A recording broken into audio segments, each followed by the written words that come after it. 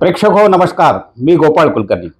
आपण पाहत आहात मराठवाडा नेता यूट्यूब चॅनल. मराठवाडा नेता या वृत्तसमूहाचे संपादक प्राध्यापक रामेश्वरजी बद्दर यांचा वाढदिवस आहे. त्यांच्या वाढदिवसाच्या पूर्वसंध्येवर आम्ही हे मुलाखतीचे प्रयोजन केलेले आहे. रेणापूरसारख्या एका गरीब मारवाडी ब्राह्मण यांच्या पोटी जन्मलेले बद्दरजी हे सुरुवातीला रोड कारकून, ते प्राध्यापक ते एका वृत्तपत्राचे संपादक आणि सोशल मीडियावर त्यांनी यूट्यूब चॅनल चालू करून त्याचे देखील ते संपादक म्हणून कार्यरत आहेत. हे काम सांभाळत असताना त्यांचा रंजक प्रवास कसा आहे हे उलगडून सांगण्यासाठी आम्ही हे मुलाखतीचे प्रयोजन केलेले आहे. जवळपास 40 वर्षे म्हणजे 4 दशके ते सामाजिक, धार्मिक, वृत्तपत्रीय क्षेत्रामध्ये कार्यरत आहेत आणि त्यांचा एक दबदबा आहे. मराठवाडा नेता म्हणले की भल्या भल्यांच्या मनामध्ये धडकी भरते असे हे बद्दरजी. त्यांचं पूर्ण नाव आहे प्राध्यापक रामेश्वर गिरिधरलालजी बद्दर. ते जसं वयानं वाढत आहेत तसं ते तरुण होत आहेत असं म्हटलं तर वावगं ठरू नये. कारण जवळपास 60कडे माणूस वळतो त्यावेळेस त्यांनी रिटायर व्हावे असे प्रत्येकाला वाटत असते. परंतु बद्दरजी हे पायाला भिंगरी लावल्याप्रमाणे महाराष्ट्रभर भ्रमण करतात, मुलाखती घेत असतात, बातम्या करत असतात. असे बद्दरजी कसे आहेत हे आज तुम्हाला आम्ही उलगडून सांगणार आहोत. तर बद्दरजी, तुम्हाला पहिला माझा प्रश्न असा आहे की आपण पत्रकारितेकडे कसं काय वळलात? मी पत्रकारितेकडे कसं काय वळलो तर मी रोड कारकून होतो. हो. नोकरी करत करत M.Com झालो, लेक्चरर झालो. नंतर लेक्चरर 1 वर्ष जालना, 1 वर्ष बारामती आणि नंतर दयानंदला इंटरव्ह्यू झाला आणि दयानंदला इंटरव्ह्यू झाल्यानंतर प्राचार्यांनी त्यावेळेसच्या बद्दर छोडके किसी को भी दो असं सांगितलं. योगायोगानं मी जालन्याला होतो, मी कॉलेजला होतो.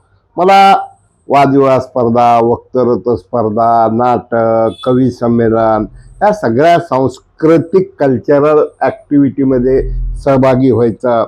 आणि जेव्हा अजंठा पेपरमध्ये माझा लेख यायचा, झुंजार नेतामध्ये यायचा, संचारमध्ये यायचा आणि मला एक कुतूहल वाटायचं. आणि आपलं मत, आपलं मन हे लोकांपर्यंत पोहोचवण्याचं एक प्रभावी माध्यम असा माझा गोड गैरसमज होता. पण तो हळूहळू दूर होत चाललाय. लोकमान्य टिळक, बाबासाहेब आंबेडकर, महात्मा ज्योतिबा फुले यांची पत्रकारिता आणि आजच्या पत्रकारितेमध्ये जमीन आसमानचा फरक झालेला आहे. पण मला असं वाटत होतं की मराठवाडा नेत्यानं मराठवाड्यात साहित्य, कला, संस्कृती, क्रीडा, राजकीय अशा वेगवेगळ्या क्षेत्राला एक व्यासपीठ करावं म्हणून मी या क्षेत्राकडे वळलो. बद्दरजी, केवळ तुम्ही पत्रकारिताच करतात असं नाही. धार्मिक क्षेत्रामध्ये अनेक कथाचं प्रयोजन तुम्ही करता, आयोजन करता, मार्गदर्शन करता. त्याचबरोबर तुम्ही मध्यंतरी व्याख्यानमाला सुद्धा आयोजित केली होती. तर हे कसं काय तुम्हाला जमतं हे सगळं? गोपाळरावजी, आयुष्य फार छोटं आहे. अनेकांनी मला साथ दिली, सहकार्य केलं आणि मला वाटतंय फक्त घर, बायको, मुलगा म्हणजे संसार नाही. कविता, साहित्य, कला, नंतर क्रीडा. मी 1 वर्ष वाङ्मय मंडळाचा दयानंदमध्ये अध्यक्ष होतो. त्यावेळेस लकीली मी सांगतो, मी अध्यक्ष होतो. सुनील कोचेटा सेक्रेटरी होते, ते CA आहेत. त्यानंतर कासट हे उपाध्यक्ष, त्या CA आहेत. नंतर आणखीन एक आमचे 2 मित्र आणि आम्ही करिअर इन बँकिंग, इन्शुरन्स आता जे सुरू झालंय ते आम्ही त्या काळात घेतलं. आणि हे सर्व करत असताना मला कवी संमेलन घ्यावं, साहित्य संमेलन घ्यावं. एक साहित्य संमेलन घेतलं, त्याचे स्वागताध्यक्ष दिलीपरावजी होते. आमचे मित्र भारत सातपुते त्यांच्या सानिध्यामुळं आम्ही वेगवेगळे कवी संमेलन, गझलचा कार्यक्रम, व्याख्यानमाला भारतरत्न डॉक्टर बाबासाहेब आंबेडकर जन्मशताब्दी निमित्त व्याख्यानमाला आणि मग गेम्समध्ये राहावं. बुद्धिबळ स्पर्धा बळवंतराव जाधवनी म्हणले एकदा आपण बुद्धिबळ स्पर्धा घेऊ, मग बुद्धिबळ स्पर्धा. माणसाचा सर्वांगीण विकास झाला पाहिजे आणि त्या विकासातनं आपली प्रगती होत असते, मानसिक समाधान लाभत असतं. नसता मनुष्य एकाच चक्रामध्ये घाण्याच्या बैलासकट जर गेला तर येड लागायची अवस्था होते. म्हणून अध्यात्मात तर एनर्जेटिक म्हणजे कथा, मुरारी बापूची कथा, रमेशबाईची म्हणजे कथा, बूस्टर डोसच आहे तुमचा तो. हा? बूस्टर डोसच बूस्टर डोस. आणि मी परवा आपले सुमितजी मोरगे आणि रमेशभाई ओझाची नांदेडला कथा ठेवली, त्याचं मी पूर्ण कव्हरेज केलं. परमपूज्य किशोरजी व्यास यांच्या अनेक कथेचं कव्हरेज केलं, ढोक महाराज यांच्या कथेचं कव्हरेज केलं, मुरारी बापू यांच्या कथेचं कव्हरेज केलं आणि बालव्यास यांच्या कथेचं आयोजन केलं. किशोरजी व्यास यांचं बालाजीला झालं होतं महिनाभर. हा, महिनाभर तिथून आपण कव्हरेज करत होतो. तुम्ही तिथं होतात, पाठवत होतात. आणि एक सांगा की सायगावचा दर्गा असेल, भदंत उपगुप्त असतील, मी जातपात महाराजाची बघत नाही. सर्व धर्म जयंगनाथ महाराज असतील, विद्यानंद सागर महाराज असतील, तर मला त्यातनं लोकाला चांगलं द्यावं. तेच ते राजकारण, तेच ते गटारगंगा, तोच तो भ्रष्टाचार, यापेक्षा अष्टपैलू व्यक्ती बनावा म्हणून मी हे करतो. आणि ह्याच्यातनं ओळखी वाढतात, संपर्क वाढतो, आपल्याला एक चांगला कार्यक्रम झाल्यावर आनंद होतो. शिवाजीराव भोसलेंचं आम्ही व्याख्यान ठेवलं होतं, निर्मल कुमार फडकुलेंचं व्याख्यान ठेवलं होतं, नागनाथ कोतापलेंचं व्याख्यान ठेवलं होतं. आणि साहित्य संमेलन तर गाजली. अशा प्रकारचा एक पहिल्यापासूनच छंद आहे, दॅट इज एनर्जेटिक असं मला वाटतं. बद्दरजी, आपण मराठवाडा नेता या प्रिंट मीडियाचा संसार सांभाळत असताना सोशल मीडियाकडे तुम्ही कसं काय वळलात? म्हणजे युट्यूब चॅनल तुम्ही बघताय, फेसबुक लाईव्ह करताय, तर प्रेक्षकांना ऐकायला असं आवडेल की बद्दरजी हे सोशल मीडियाकडे कसं काय वळले? प्रिंट मीडियाला खूप मर्यादा आहेत काय, पण त्याला मरण नाही. लोक म्हणतात प्रिंट मीडियाचं भवितव्य अजिबात नाही. पण मी मुंबईत आहे, समजा एखादा मित्र आहे, दिल्लीत आहे, अमेरिकेत आहे, या सगळ्याला वेबसाईट असेल, मग फेसबुक असेल, यूट्यूब असेल. आणि मग त्यातनं काय होतंय आता की मी जेव्हा बाहेरगावी जातो सेलिब्रिटी सारखं लोक माझ्याबरोबर फोटो काढतात, दात नाही म्हणतात, आणि मग त्यात टीका होते, मजा येते, कारण आपल्यालाच टीका करायचा अधिकार. मला म्हणते भाजपच आहे. अरे मित्रांनो, अगोदर भाजपकडं काँग्रेसच्या वागण्यामुळे इथल्या काही नेत्याच्या आणि सुदैवानं योगायोगानं मोदी आपल्याला आवडणारं व्यक्तिमत्व आहे. भाजपच्या अनेक लोकांचं माझं वैयक्तिक त्यांच्या बोलणी, कथनी आणि करणीमध्ये फरक असल्यामुळे जमत नाही. आणि आता सोडून दिलं. गोपाळराव, कोणता नेता काय करतोय आपलं कोणी काही देऊन घेऊन चालवित नाही, आणि कोणी देतोय म्हणजे उपकार करत नाही. आता बस जरा, आता कंटाळा आलाय. दोस्तो मेरे दोस्तों से मुझे बचाव म्हणत असताना मग मी कधी कधी तर एक दोनदा आप्पाला म्हणलं, आप्पा एक मोठा कार्यक्रम झाला 10-20 हजार लोकांचा, आणि आपण एक दैनिक शटडाऊन, बस झालं, तुम्ही आम्हाला खूप मदत केली, आता आभारी आहे तुमचा. पण दुसरं मन म्हणताय नाही, हम होंगे कामयाब. आणि एक एक दिवस महत्वाचा आहे. तर आता राहिला विषय 71व्या वर्षी थांबला तो संपला. आणि मी काय म्हणतो, मी जर आयडर राहिलो ना, सुट्टी असली, मला काम नसलं की मी कुठंतरी मंदिरात दर्शनाला जातो काय, आणि काम नसलं मी आराम केला की मी आजारी पडतो. म्हणून मला सतत कामात राहावं वाटतं. लोक प्रेम करतात, संत महंत काय, आमचे मनोहर मामा असतील, आप्पा बाबा असतील, विद्यानंद सागर, काशी जगद्गुरू असतील, केदार जगद्गुरू असतील, स्वर्गीय अहमदपूरचे. आणि मला एक आनंद मिळतोय, कपट नाही, मोह नाही, मत्सर नाही, द्वेष नाही. ढोक महाराज असतील, असं एक मला जगण्यात मजा येते, आनंद मिळतो. आणि लोकांनाही ते ऐकावं वाटतंय. नसता राजकीय नेते बोलतात एक, करतात एक, कहीं पे निगाह है कहीं पे निशाणा असतंय. भद्रजी, आपल्या रोखठोक लिहिण्याने आणि बेधडक बोलण्याने अनेक राजकीय पुढारी दुखावले गेलेत.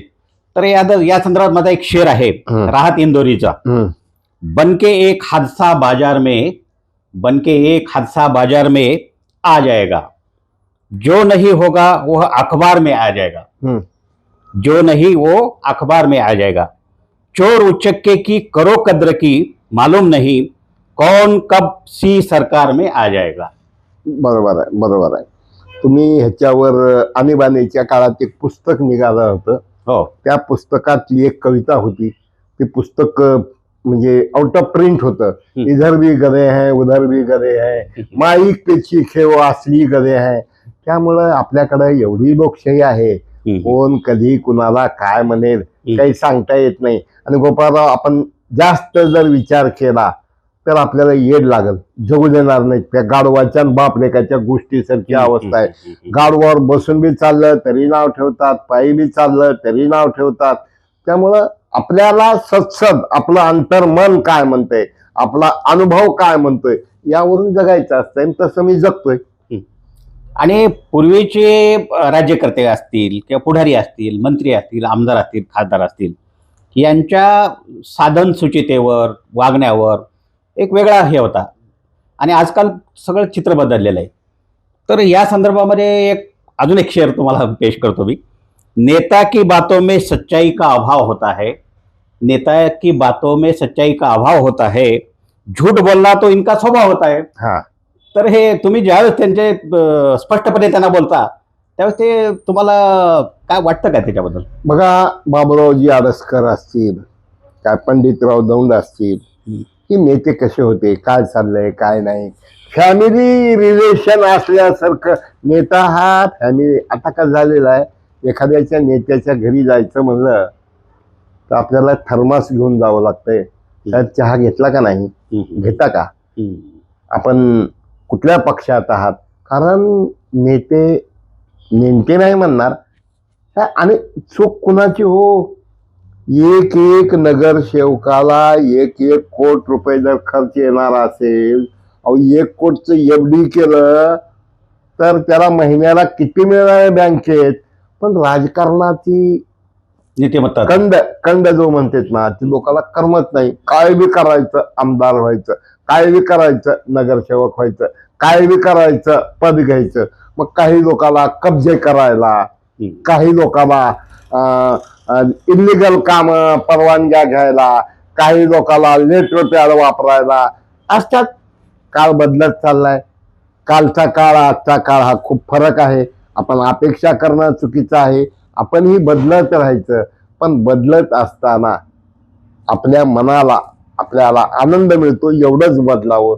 शेवटी कुणाच्या तरी साठी मी कधी कधी म्हणतोय, पत्रकारांची अवस्था म्हणजे कशी झाली आहे की पोटासाठी नाचते मी परवा कुणाची. आणि राजकीय नेत्याचं काय हो, काय खोटे खोटे आश्वासनं, खोटं खोटं बोलणं, हा बघा कशात आणि मनात आलं की मायला मागायला. म्हणजे हे सगळ्या क्षेत्रात घडत चाललेलं आहे. वैद्यकीय क्षेत्र असेल, समाजकारण असेल, कथा धर्मकारणामध्ये सुद्धा बाजार मांडला जातोय. काय संत सुद्धा अदानी आपला शिष्य व्हावा, अंबानी आपला शिष्य व्हावा.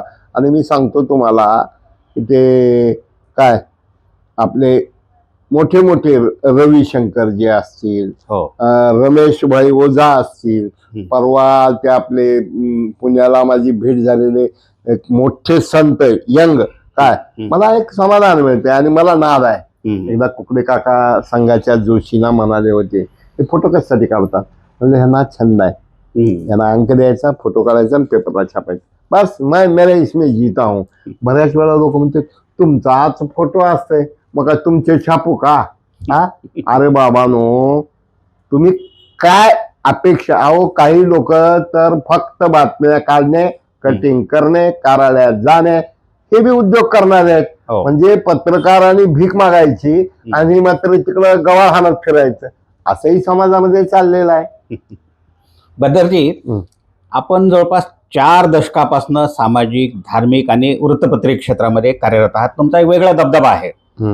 तर मागे वळून पाहताना तुम्हाला आता असं वाटतं का की बाबा ह्याच्यामध्ये अविस्मरणीय एखादी घटना आपली अशी आहे की विसरू शकत नाही मी, कुठली असेल, ते धार्मिक क्षेत्रात असेल, सामाजिक क्षेत्रात असेल किंवा तुमच्या पत्रकारिता क्षेत्रात असेल, तो एखादा प्रसंग तुम्हाला आठवतो का असा की बाबा ते तो प्रसंग आठवला तरी आज तुमच्या पुढे एकदम रोमांच उभं राहतं तुमच्या. गोपाळरावजी, मुरारी बापूची किल्लारीमध्ये कथा झाली. हो. मी रोज दिवसभर बातमी करायची, आलं की इकडून तिकडून पैसे घ्यायचे, कोणाला जाहिरात मागायची आणि 5,000 10,000 अंक काय म्हणजे तिथं नेऊन वाटायचे. आणि जेव्हा मी पत्र टाकलं, एक पेपरला जाहिरात दिली, ज्यांना ज्यांना हे अंक पाहिजेत त्यांनी कृपया आम्हाला कळवावं, आम्ही तुम्हाला अंक पोहोच करू. गोपाळरावजी, माझ्या आयुष्यात सगळ्यात जास्त पत्र जर आले असतील, एक 50-60 पत्राचा ढीग माझ्या आयुष्यात, मला एवढा आनंद होत होता. आणि त्याच वेळा पोस्टाने पाठवा म्हणून पोस्ट अंक. मला शिवराजजी पाटील चाकूरकरांनी म्हटले की पत्रकारांनी आपल्या सवंग लोकप्रियतेसाठी खमंग बातम्या न देता लोकांनी तिजोरीत ठेवावे असे अंक काढावेत. तर मी बघतो की त्यातल्या त्यात संत संगती, संत महिमा हे लोकांना आवडतोय. ठीक आहे, तिथंही काही खालीवरी काय पत्रजी, तुम्ही मध्यंतरी एक पानभर देखील संतांचं सगळं हो छापत होतात. बऱ्याच मुरारी बापू, रमेशभाई ओझा, हो. नंतर किशोरजी व्यास, नंतर आसाराम बापू, भैयूजी महाराज. मी भैयूजी महाराजांचे काव्यसंग्रह काढले. काशी जगद्गुरूचा मला वाटते मासिक श्रावण मास तपोअनुष्ठानचं पुस्तक काढलं. त्याचबरोबर जवळजवळ अनेक संत महंताचं. मला काय होतं, एक मन प्रसन्न राहते. आपण जर बघितलं ना एखाद्या राजकीय सभा, काय मला एक सभा आठवती की रेल्वे मंत्री बिहारचे लालू प्रसाद आले. अब रेलवे होगी, यहाँ पर पानी का इंतजाम होगा, यहाँ पर मॉल हो गया, ऐसा होगा, एम्प्लॉयमेंट मिलेगी. आणि मग बघितलं काहीच नाही. दिलीप सोपलचे एक उदाहरण आठवत आहे. पाणी पुरवठा योजना पहिल्या वर्षी कुदळ मानायची, दुसऱ्या वर्षी पाईप करायचा, तिसऱ्या वर्षी टाकी बांधायची आणि चौथ्या वर्षी म्हणजे 5 मग पाणी सोडायचं. कसं झालंय साहेब, त्यांच्याही मजबुरी आहेत. काही जण तर म्हणतात पर्वत द्या म्हणून लोक म्हणतात, ती याला म्हणतो अरे पर्वत दे रे काय. पण अजून एक जण म्हणते नदी पाहिजे, नदी लहरे. म्हणजे काहीही बोलतात, त्यांचीही मजबुरी आहे. लोकांना काय मागावं हे जर कळत नसेल. आणि मग आंबेडकर जयंती आहे, शिवजयंती आहे, बशीर जयंती आहे, पेपरचा वर्धापन दिन आहे आणि एका पेपरवाल्याला जाहिरात दिली आणि दुसऱ्याला नाही दिली की गोडे लावतो. आर शिंगरू घे मरला, ह्याचे गोडे लावतो आणि काय करतो. तीच अवस्था अधिकाऱ्याची आहे. पण कसं आहे की अधिकाऱ्याला 5 वर्षाला हिशोब द्यावा लागत नाही. लोकप्रतिनिधीला 5 वर्षाला माईचं दूध आठवतंय. ते 15 दिवस जर बघितले ना, लोकांना नमस्कार करून वाटतंय. आणि एका नेत्याचं औरंगाबादमध्ये बसलो होतो आम्ही, मुख्यमंत्री, माजी मुख्यमंत्री, आणि विषय निघाला. एक मोठे मंत्री होते, काय केंद्रीय मंत्री, आणि त्यांचं सगळ्यांनी काम केलं. मग नंतर ते मंत्री झाल्यावर लोक गेले, आमचं काम करा, आमचं काम करा. ते म्हणले नाही.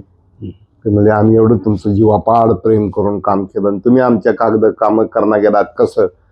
अरे ती डायरी आणणार आहे म्हणजे पियला रामेश्वर बद्दल इलेक्शनच्या काळात 15 लाख दिले, आमका 20 लाख दिले, गावात वाटायला एवढे दिले, करोडो रुपये मी खर्च केले आणि मला हे काढावे लागतील का नाही. म्हणजे एवढी दयनीय अवस्था काय हे बनत चाललेली आहे. त्यामुळं कोणाला चांगलं कोणाला वाईट म्हणावं हे काही कळत नाही. आता बद्दरजी, काल मर्यादा असल्यामुळे आपल्याला थांबावं लागेल. आता मुलाखतीच्या शेवटच्या टप्प्याकडे आपण वळत आहोत. तर या वाढदिवसाचं औचित्य साधून तुम्ही तरुण पिढी असेल, सामाजिक क्षेत्रातील लोकांना, धार्मिक क्षेत्रातील लोकांना आणि वृत्तपत्र क्षेत्रातील तरुणांना काय आवाहन करणार आहात? मी युवकांना म्हणतोय, मित्र हो, स्वतःशी प्रामाणिक राहा. मी नेहमी भाषणात म्हणतोय, पत्रकार शिकारी आणि संपादक भिकारी. टाकाटाकीची सवय बंद झाली पाहिजे. अभ्यास केला पाहिजे. ब्रेकिंग न्यूजच्या नादी न लागता एखादी बातमी उशिरा आली तरी चालेल. जे गरीब आहेत, निधन वार्ता ह्या आल्याच पाहिजेत. कोणाचा बर्थडे असेल, लग्न असेल, तेही आलं पाहिजे. आणि शेवटी पत्रकारिता करत असताना फक्त पैशाच्या मागे जर लागलात ना तर तुम्हाला एक दिवशी पैसा गिळल्याशिवाय राहत नाही. रमा रमीपासून अलिप्त राहा. मी म्हणणार नाही हे करूच नका, ब्रह्मचर्य हे जीवन जगा हेही म्हणणार नाही, पण पत्रकारांनी अभ्यास केला पाहिजे आणि देखादेखी चुलाफुकी नसलं पाहिजे. आणि भडक बातम्या काही काळ फार बरं वाटतंय भडक बातम्या देताना, पण लॉंग टर्ममध्ये काय की आपण जेव्हा भेटतो एखाद्या नेत्याला, फॉर एक्झाम्पल अमित देशमुख, आपल्याला त्यांना नमस्कार करायला किंवा त्यांना आपल्याला बघायला नको वाटावं. मग ते खरं असलं तरी एक शेवट गोष्ट सांगतो. आमच्या लहानपणी आमचे गुरुजी सांगायचे, खरं बोललं की सख्या माईला लाग येते. अगोदर काय होतं की विधवा महिला हे साधं राहणं, कपाळाला गंध न लावणं, चंपी करणं. एके दिवशी मुलगा म्हणतो आईला, आई पप्पा मेले 5 वर्ष झालं, तू एवढं मेकअप फिकअप करती, हे कुणासाठी करते? मग आई रागानं मुलाला चापट मारते. त्याच्या प्रकारे पत्रकारिता असेल, समाजकारण असेल, फार वेगळ्या पद्धतीनं चाललंय. आजकाल तर कुटुंबच उद्ध्वस्त होत चाललेले आहेत. अधिकारी ब्युरोक्रेसी, संघटित ब्युरोक्रेसी उन्मत्त झालेली आहे. आणि अशा एका परिस्थितीमध्ये पत्रकारांनी पत्रकारिता करत असताना भ्रष्टाचाराच्या विरोधात भाग 1, 2, 3, 4 लिहित असताना निर्धावलेल्या यंत्रणेला जाग करण्यासाठी प्रामाणिक प्रयत्न केला पाहिजे. आणि हताश निराश न होता आपण लिहित राहिलं पाहिजे. लातूरला शेलार नावाचे जवळजवळ 20-25 वर्षापासून डिप्टिनियर इथंच, एक्झिक्युटिव्ह इथंच, बापदादाची जहागिरी. आणि मग नेते म्हणतात आम्ही नॉन करप्ट आहोत, आम्ही सज्जन आहोत, आमका आहोत. त्यामुळं कसं आहे की मित्र हो, गोड बोलणं, मृगजळाच्या मागं न लागता वास्तव जगा. स्वतःच्या आनंदासाठी, स्वतःच्या समाधानासाठी लोकाला त्रास होणार नाही. आणि मग त्रास जर होणार असेल काय की किती पैसा, किती घरं, किती गाड्या, किती बंगले, यापेक्षा गरजेनुसार जगा. आता मी इनोवा गाडीत फिरतोय गरज म्हणून फिरतोय, कारण मला नांदेडला जावं लागतंय, हिंगोलीला जावं लागतंय, धाराशिवला जावं लागतंय. आणि हे सगळं करत असताना आपल्याला मानसिक समाधान, प्रकृती व्यवस्थित, बडेजावपणासाठी पत्रकारिता करू नये असं मला म्हणावंसं वाटतं. वाह बद्दरजी, आपण खरंच आपल्या नेहमीच्या शैलीत बेधडकपणे उत्तरं दिली. आम्ही प्रश्न जे विचारले त्यांना दिलखुलासपणे आपण उत्तरं दिली. याबद्दल मी मराठवाडा नेता टीमच्या वतीने आपलं मनापासून आभार मानतो, आपल्याला शुभेच्छा देतो आणि आपल्याला उदंड आयुष्य लाभो हे आई तुळजाभवानी चरणी प्रार्थना करतो. धन्यवाद. गोपाळरावजी, मी तुमचं मनपूर्वक आभार मानतो. लातूरच्या सर्व सर्व सर्व पत्रकारांनी मला प्रेम केलंय, साथ दिली आहे, सहकार्य केलंय. राजकीय नेते असतील, उद्योजक असतील, सगळ्यांनी. बऱ्याच वेळा तर लोकांची अवस्था अशी होते की ह्याला जर मदत केली तर दुसऱ्या अंगावर तुटून पडतात, म्हणून जाहिरात द्यायला लोक घाबरतात. पण मला या मुलाखतीत स्वर्गीय रामविलासजी सोमानी, स्वर्गीय गणपतरावजी मोरगे, नंतर आमचे तानाजीराव चोरगे, अशा अनेक लोकांनी ज्यांना मला प्रेम केलं, साथ दिलं, सहकार्य दिलं, त्यांची मी उतराई होऊ शकत नाही. याचा अर्थ बाकीच्यांनी केलं नाही असं नाही, सगळ्यांनीच, पत्रकार, कलाकार, चित्रकार, कवी, सगळ्यांनी, अधिकारी, सगळ्यांनी साथ दिली. पण एक माझी ठेवणच अशी झालेली आहे, ब्युरोक्रेसी म्हणलं की माझी तळपायाची मस्तकाला जाते. पगारी असतात, सगळं असतात, पण जे मालकासारखं वागतात असं व्हायला नको. मित्र हो, माझी मुलाखत आपण शांतपणानं ऐकलात, प्रतिक्रिया द्या, कॉमेंट करा. आणि काय म्हणायचं म्हणा ना, राजा हो तुम्ही मला नाही तर कुणाला म्हणू शकता, कारण मी कुणाचंच काही वाकडं करू शकत नाही. नेते पक्ष बदलतात, नेते ओटात एक पोटात एक वागतात, त्यांना बोलायची तुमची हिंमत नाही, कारण तुमचा ऊस आहे, तुम्हाला त्यांच्याकडनं काहीतरी पाहिजे. माझ्याकडनं काय मिळणार आहे? पुनश्च एकदा गोपाळरावजी, असंच प्रेम आमचं राहू द्या. आमच्या चुका आम्हाला निर्भीडपणे सांगत चला. आणि तुम्ही आलात, मला थोडा नेता यूट्यूबला मुलाखत घेतली माझी, त्याबद्दल तुमचं मनपूर्वक आभार मानतो. मित्र हो, शेअर करा, सबस्क्राईब करा, लाईक करा. धन्यवाद. व्हिडिओ जर्नलिस्ट फारुख शेखसह मी गोपाळ कुलकर्णी. धन्यवाद.